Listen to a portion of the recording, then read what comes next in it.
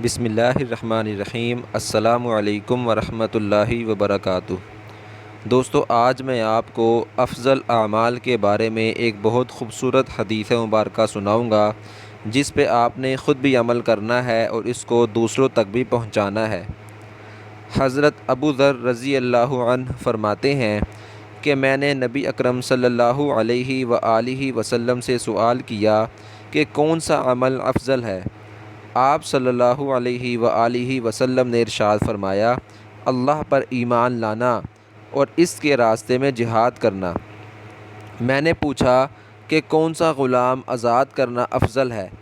آپ صلی اللہ علیہ وآلہ وسلم نے ارشاد فرمایا، جو مالک کے نزدیک سب سے اعلیٰ ہو اور سب سے زیادہ قیمتی ہو۔ میں نے کہا، اگر میں ایسا نہ کر سکوں تو؟ آپ صلی اللہ علیہ وآلہ وسلم نے ارشاد فرمایا، کسی کاریگر کی مدد کرو یا کسی بے ہنر کا کام کر دو۔ میں نے عرض کیا، اگر میں یہ عمل بھی نہ کر سکوں تو؟ آپ صلی اللہ علیہ وآلہ وسلم نے ارشاد فرمایا، پھر تم لوگوں کو اپنے شر سے بچا کر رکھو، کیونکہ یہ بھی تمہارا اپنے نفس پر صدقہ ہے۔